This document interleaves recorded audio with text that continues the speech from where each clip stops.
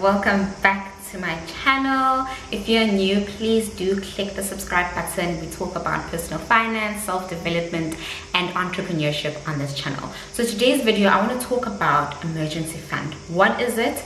Why do you need it, and why is it important to have one? So if you're interested in finding out what this emergency fund is, how to get one, why do you need to have one, then of course keep on watching.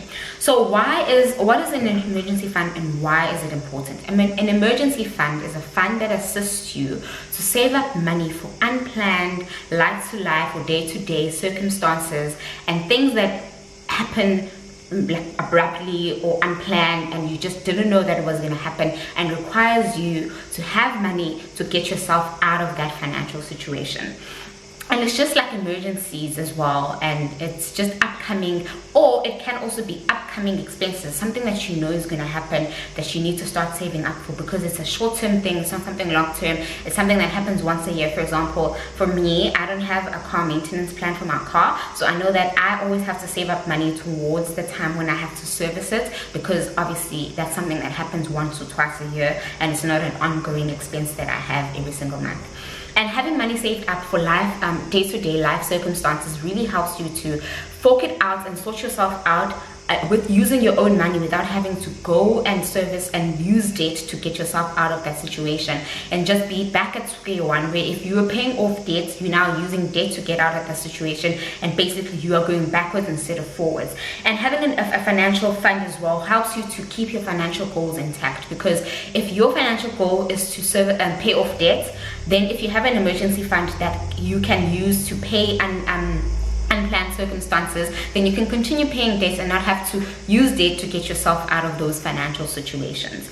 How much should someone have in an emergency fund?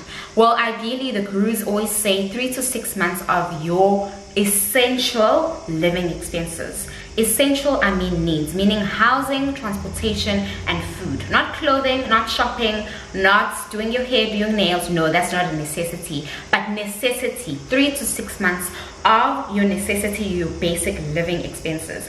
And if this seems a bit difficult to attain, and you think this is going to be a bit difficult for you to save 3 months or 6 months of that, maybe start with a goal of 10,000 Rand. My previous video was me sharing my goal of saving 10,000 Rand or more, and I just shared with you guys how I'm going to save this money, and I shared some tips. So if you want to check it out, I'll leave it up or down below in the description box, so you can check it out after this video. But if you feel like saving 3 to 6 months of your basic living expenses is going to be a bit expensive, or it's going to be unattainable, you won't be able to do this, then maybe start with a simple 10,000 Rand amount as a goal, and then once you've reached that goal, then you can adjust it. Or maybe you would have exceeded your living expenses, or if you still have a bit more to save towards saving 3 months or 6 months of your living expenses, then you can carry on from there after attaining just the first threshold or the first goal of saving at least 10,000 Rand. And it must just basically cover your basic emergencies. I can't stress this enough. Basic emergencies. And that's why I think some people get overwhelmed with the emergency fund, because they think they have to save up for everything, whereas it's just basic: your housing, your food, and your transportation. And then another question that is quite important to ask is, how much should you save if you're single versus if you are married? Now, if you're single, I would say that it's best to save at least 6 months of your expenses, because you don't have anyone else to fall back on financially who can assist you. Whereas if you are married, 3 months sounds like a better amount or option, because it's highly unlikely that both of you guys could lose the job at the same time, because emergency funds is also there in case you lose your job, you get retrenched. Maybe you lose your job and you stay unemployed for a long time that you didn't anticipate. It doesn't only have to be a geyser bursting or a tire, one of your tires runs flat. You could lose your job, which is a big thing. Retrenchment is happening quite consistently in South Africa right now, especially since we are in a technical recession. So it's very important to have something saved up, even if it's 1 month. Start with 1 month. Start with the 10 month that I mentioned, but 3 months to 6 months is the ideal. And if you are married or you're living with your partner, try and make a goal of saving at least 12 months. Then you know you've got a year's of living expenses saved. You can comfortably plan and save for other things, knowing that should anything happen, you guys have a pot of money waiting for you to access instead of using debt to get yourself out of that financial situation. And how do you save that much money in an emergency fund? Like, how do you save 3 months or 6 months? All I can say is saving a little over time means something.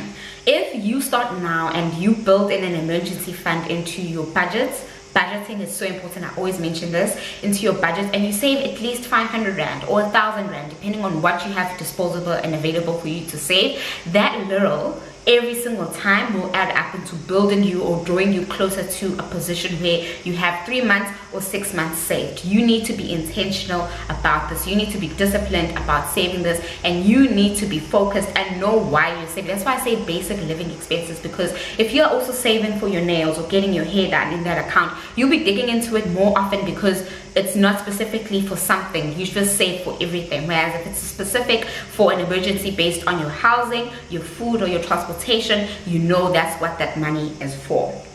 And then building your savings into your budget and automatically saving for this. I always mention I save automatically via debit order. It goes off my account. I treat it as an expense off my account after my income has been received, and this is just automatic. I don't have to think about it. I don't have to be the one doing it, because if you're the one having to automatically do it, especially if you're someone who struggles with saving and sticking to a savings plan, then that is going to be a better option where it just goes off your account as if it's an expense.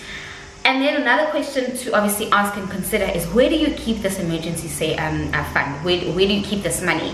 And one place I could say is that an emergency fund should be easily accessible and liquid, because an emergency is something that happens unexpected. So you need to be able to access this money immediately, and it needs to be liquid and easily accessible. You can just request it from wherever you've saved it, and you can get access to those funds easily. And one place is an interest-bearing savings account that you can put this money in. But when I say easily accessible, a 32-day account is not going to work, because a 32-day account requires you to give a notice of at least 32 days before you can receive that money. If you do an immediate withdrawal, you incur penalties because you withdrawn before that period. So I would always say that you need to at least get a 7-day notice account so that you are able to access that money within 7 days, which is the worst case scenario of waiting for something that is immediate and urgent. And when I say interest bearing, please bear in mind that this account that is going to be earning you interest, the interest should either be inflation beating or on par with the CPI. And CPI is the Consumer Price Index. Sorry, I just had a moment there. It's a consumer price index, aka inflation. So it either needs to be beating inflation or being on par with the current inflation rate, because you don't want to be saving money that is below the inflation rate. Like, what are you doing? Like, no. So it has to be either on par or a bit more than the inflation. And an example, or some banks that offer a 7-day account, as I've mentioned, the 7-day would be highly ideal, is FNB, African Bank, Standard Bank, and Absa. But of course, go to your bank and find out if they do have a 7-day account or a flexible notice deposit account available for you to use as an emergency fund. And then just obviously find out for interest rates. And a really important thing to do is shop around for interest rates. Find out which bank offers a better rate, and obviously just see which one would make a bit more sense for you and would be easier to use for you and your lifestyle.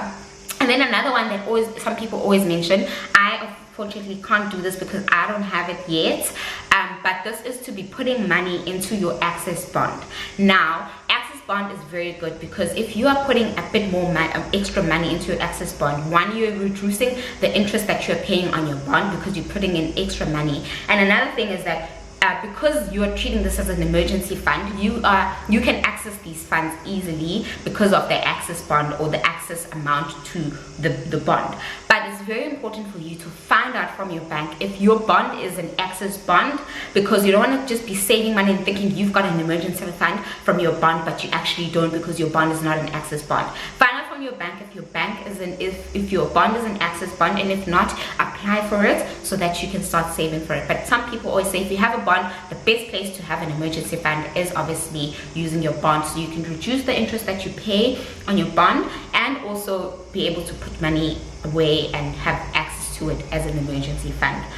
So yeah, I hope you guys, this made sense. I hope this video is very helpful. Please do comment down below and let me know if you have an emergency fund, which bank do you have it with and what interest rate are they offering you? So we can all kind of shop around in the comment section and use this as a search engine for emergency fund interest bearing accounts. Hope you guys enjoyed this video. As always, keep hustling. I will catch you guys on my next one.